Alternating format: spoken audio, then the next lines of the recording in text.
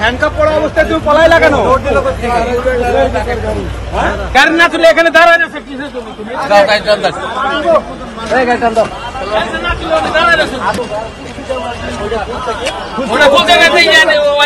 ড্রাইভারের দায়িত্ব না এটা। একটু দাঁড়ান আমরা একটু কথা লাগাও না ভাই। 1 মিনিট ভাই, আমরা একটু কথা বলবো। এমন করেন কেন? আরে আমরা গণমাধ্যম কর্মী ভাই, কথা বলা যাবে না কেন? আপনার গাড়ি থেকে আপনার আসামি পালাই যাচ্ছে, আপনি গণমাধ্যমে কথা বলবেন না কেন ভাই? সেটা হ্যাঁ বলবে বাপটা কান একটা মোবাইল কিছু পায় না বলেছো কে?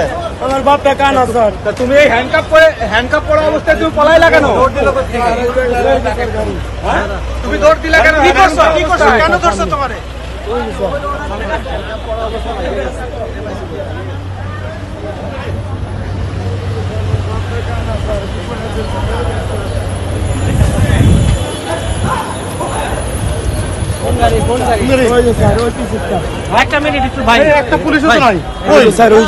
তুমি কি করছো বলো তো? আমি কিছু করি নাই স্যার।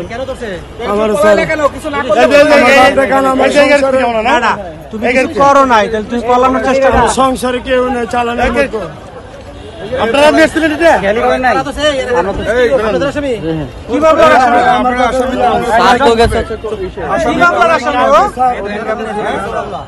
আপনারা কিভাবে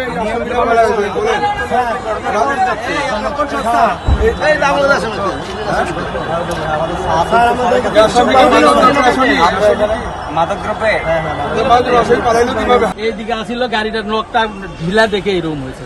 আমরা গাড়িতে থাকা অবস্থায় ও পিছনের গেট খুলে লক, মানে পিছনের লকটা এটা তো বলা দরকার না হয়েছে, খুলে ও পালাইছে। ও আরো একবার লক খোলার চেষ্টা করছিল। এটা কি মামলায় নিয়ে আসছিলেন আপনারা? এটা মোবাইল কোডের, ঠিক আছে। আপনার এখন কোর্টে যাইবে, ম্যাজিস্ট্রেটে দিবে, চলে যাবে। গাঁজা খাইছে। আচ্ছা, গাঁজা খাইছে, গাঁজার উদ্দেশ্যে ধরা হয়েছে। আচ্ছা, আপনার প্রিয় কাপড়ের যত্নে এলো এনজাইম সমৃদ্ধ Arik silver wash detergent powder 500 গ্রাম মাত্র 70 টাকা। প্রিমার্ক। পুলিশ থাকবে না, স্পট থাকবে না, দায়িত্ব পালন করতে হবে আপনাকে। এই যে আসামিরা পালিয়ে যাচ্ছে, দেশের সরকারের ইমেজ নষ্ট হচ্ছে, আসামিরা পালাবে কেন?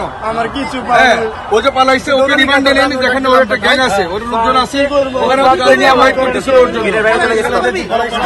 পালাবে কেন?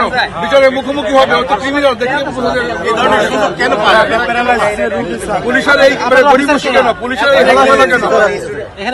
পুলিশ কেন দায়িত্ব পালন করে না? পুলিশের গাড়ি থেকে কেন আসামি পালায়া যাবে? পুলিশ কেন এরকম হেলামেলা করে? যেখানে হোক, মাদকদ্রব্য নিয়ন্ত্রণ করা পুলিশ। মাদকদ্রব্যের আসামি দেখে তোমাদের জন্য লোকেরা নিয়ে আসেন, এখানে পুলিশের স্পট লাগে। উইদাউট হ্যাভিং এ কাস্টিং আসতে পারে না। পুলিশের গাড়ি থেকে আসামি পালিয়ে গেছে। সাংঘাতিকভাবে দায়িত্ব অবহেলা এই রাষ্ট্রকে বেকায়দায় ফেলার জন্য, রাষ্ট্রকে অকার্য করার জন্য এই ফেসিস্টের পুলিশরাই আজকে এই কাজগুলি করতেছে। ফেসিস্টের পুলিশদের সহায়তায়, মদদে এই আসামিগুলি পালিয়ে যাচ্ছে।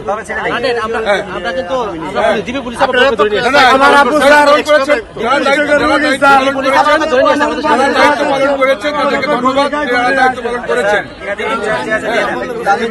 আমার কথা হচ্ছে মাদকের এই আসামি, তাকে তো স্কট দেওয়ার দায়িত্ব পুলিশের।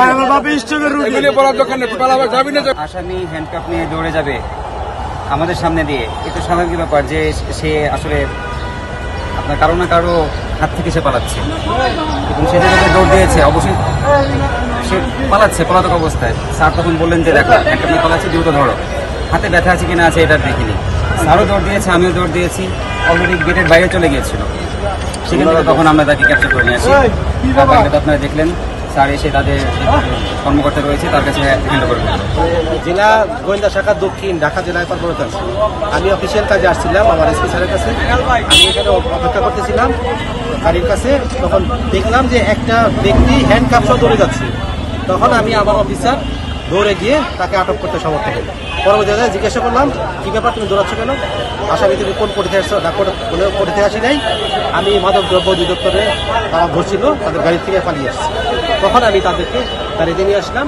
তখন তারা বললো যে হ্যাঁ আমরা ধরেছি, আমাদের কাছে তারা পালিয়ে গেছে। নিয়মিত মামলার একজন আসামি আছে, যে আসামিটা আমাদের গাড়ির পিছনের লকটা হয়তো বা ভাঙা থাকার কারণে বের হইতেছিল। আমাদের স্টাফের সহযোগিতায় আসামিকে আমাদের হেফাজতে নেওয়া হয়েছে। আমি এই জায়গায় ছিলাম না, আমি মোবাইল কোর্টের কাজে ব্যস্ত ছিলাম, আমি নথিপত্র লেখালেখির কাজে ছিলাম।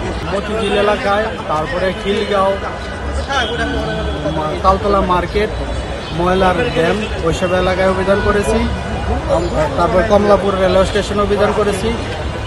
মতিঝিল এলাকা থেকে মাদক সেবনের অপরাধে বেশ কিছু আসামি ধরেছি। তারপরে কমলাপুরের রেলওয়ে স্টেশন থেকে ধরেছি। আর ইয়াবা ট্যাবলেট সহ যে আসামিকে পলানোর চেষ্টা করতেছিল, আমরা ওই ইয়াবা ট্যাবলেট সহ তাকে আমরা ওই খিলগাঁও এলাকা থেকে আমরা গ্রেপ্তার করি। ব্যবসায়ী? হ্যাঁ, ইয়াবা ট্যাবলেট ব্যবসায়ী। আমরা ইয়াবা ট্যাবলেট উদ্ধার করেছি বেশ পরিমাণ।